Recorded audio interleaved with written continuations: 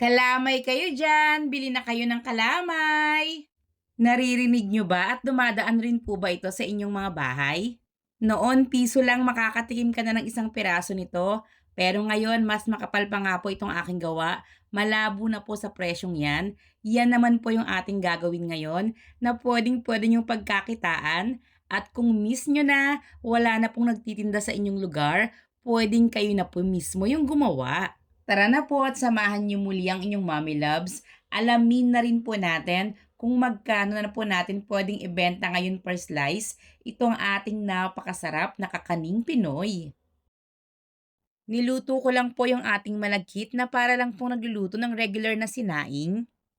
Then, sa isang kawali, maglalagay lang po tayo rito ng coconut milk. Ito na po yung ating pangalawang piga or kung sakaling sa inyong lugar, coconut cream or kakanggata lang po ang available, gawin nyo na lang pong kalahati ng coconut cream at kalahati po ng tubig kasing dami po ng atin pong kakailanganin. Naglagay na rin po tayo rito ng asukal at asin to balance the taste. Kung gusto niyo pong puti po yung kulay ng inyo pong pinakamalagkit, puting asukal po yung inyong gamitin. Then over medium heat, pakuluin lang po natin itong mabuti. At kapag kulong-kulo na, ilalagay na po natin yung atin nga pong sinaing na malagkit na bigas. Lulutuin po natin ito hanggang sa ito po ay kumunat. Ma-absorb na po ng tuluyan ng ating malagkit yung atin pong gata at halos nagmamantika na po ito. Puwede po bang malaman ng inyong mommy loves kung saang lugar kayo nanonood nitong ating video ngayon? Para naman po malaman ko kung hanggang saan ang inaabot itong ating napakasarap na kakanin recipe. Mix and cook, cooking made easy as 1, 2, 3. Sa kusina may kwento, si Mami Labs ang bida. Lutong bahay o pang negosyo, lahat kayang-kaya. Kakanin, ulam, dessert na masarap. Pinadali ni Mami Labs kahit medyo mahirap. Tinuturuan ka, bawat hakbang talaga. Simpleng luto, ginagawang masaya. Kaya kung gusto mong matutong magluto, panoorin lang, siguradong ganado. Dalawang sangkap lang naman po yung ating kailangan para po sa ating latik toppings. Dapat lang po talaga nating alamin yung pinakaproseso para po maganda po yung maging outcome. Hindi nga po titigas yung ating toppings at hindi rin po basta-basta natutunaw. Una na po rito yung brown sugar. Kung napansin ninyo, nilatag ko po ito sa ating kawali. Saka ko po binuksan yung kalan sa medium heat. Hinayaan ko na po muna ito nung nagsimula na pong magmelt yung pinakagilid. Saka ko naman po ito hahaluin. At mula po ngayon, hindi na po natin titigilan pa sa paghahalo hanggang sa tuluyan pong makuha po natin yung pinaka-outcome po ng gusto po nating latik toppings. Hindi ko na po ito masyado pang pinas forward dahil ito po yung request ng ilan po nating viewers. Basta po tingnan nyo po yung mga pagbabago dito po sa ating asukal.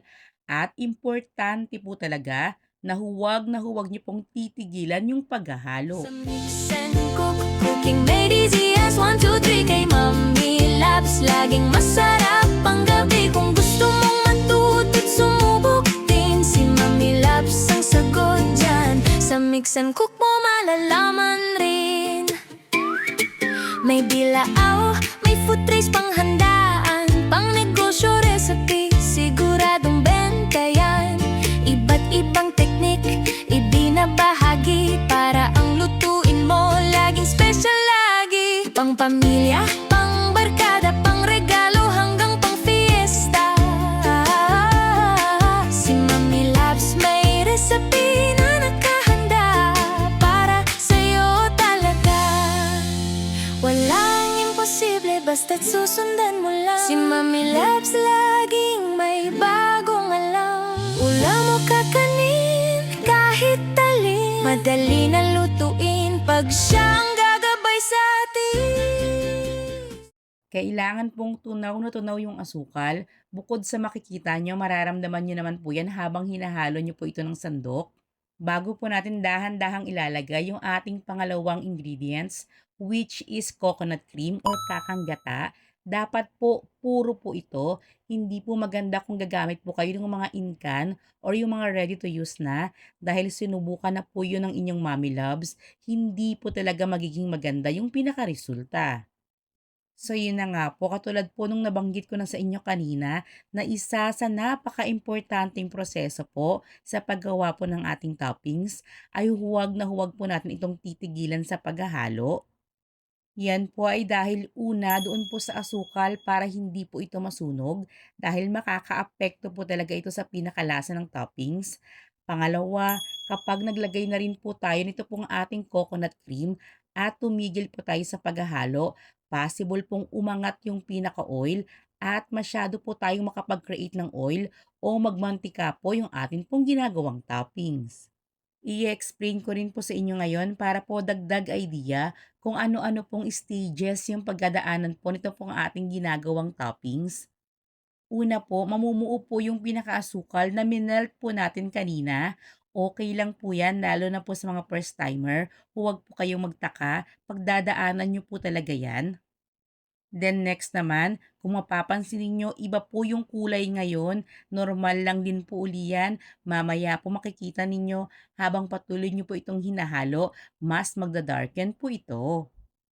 Pagdadaanan nyo rin po dapat yung stage na medyo matalsik po ito, kaya mag-ingat rin po. Possible po kayo matalsikan sa inyong kamay. Basta ang kailangan lang po, tuloy-tuloy lang po talaga tayo sa paghahalo at huwag na huwag po natin itong titigilan. Mix and cook, cooking made easy as 1, 2, 3 kay Mami Labs. Siguradong happy ka lagi, may kakanin, may ulam, may dessert pa. Lahat ng recipe, swak sa masa. Sa mix and cook, cooking made easy as 1, 2, 3 kay Mami Labs. Laging masarap ang gabi kung gusto mong matuto't sumubok din. Si Mami Labs ang sagot dyan. Sa mix and cook mo malalaman rin. Di mo na kailangang mag-alala. Lahat ng hakbang ipapakita niya. Mula sangkap hanggang sa plating. Si Mami Labs, tunay na inspiring.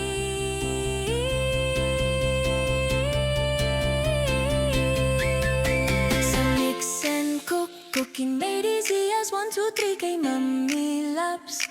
Masarap palagi, lutong bahay, lutong puso. Sa bawat recipe, ramdam mo ang totoo.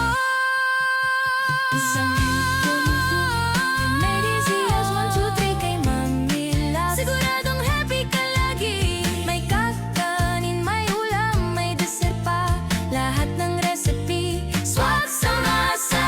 Sa mix and cook, cooking made easy as 1, 2, 3 kay Mami Labs. Laging saya at lambing, kaya kung hanap mo'y latuin o negosyo rin, si Mami Labs ang sagot dyan. Sa mix and cook mo malalaman rin.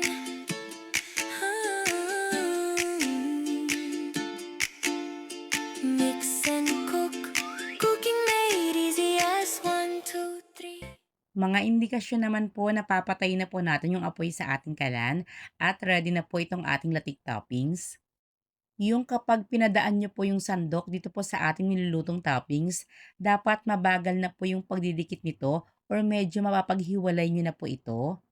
Wala na rin pong masyadong tumatalsik at makikita nyo na rin po yung pinaka-consistency na gusto nyo. Sinabi ko rin po kanina sa inyo na ito pong ating ginawang toppings, hindi po basta-basta natutunaw, pero hindi naman po agad-agad tumitigas. Kaya napaka-easy lang po talagang i-handle. Kahit palamigin nyo pa po ito, hindi po ito titigas na parang candy. Pero magpipirm po ito sa pinakaibabaw po ng ating malagkit. At nasubukan ko na po ito, isa't kalahating araw na po yung nakalipas, hindi pa po ito nalusaw. Uulitin ko po uli ha, hindi po tayo rito gagamit ng oven, bali ito na po mismo yung ating bibingkang malagkit, ready to sell or ready to serve na rin po. Yung container na gamit ko ngayon, ito rin po yung pinagalagyan natin nung nag-trending rin po na Mango Graham. Sa mga interesado po dito, ilalagay ko na lang po yung link sa atin pong description box. Kung napansin ninyo, medyo marami po yung nasa video dahil doble po ito ng aking recipe na ibibigay po sa inyo na sakto naman po dito po sa ating container na ginamit. Ang costing po para po sa ating 1/2 kilo recipe ay nasa ₱250 po At nakagawa po tayo rito ng 64 slices. Kung ibebenta ko po ito dahil nga po mas makapal naman po ito dun po sa karaniwang kalamay na ibinibenta ng mga bata, nasa 6 to 7 pesos na po.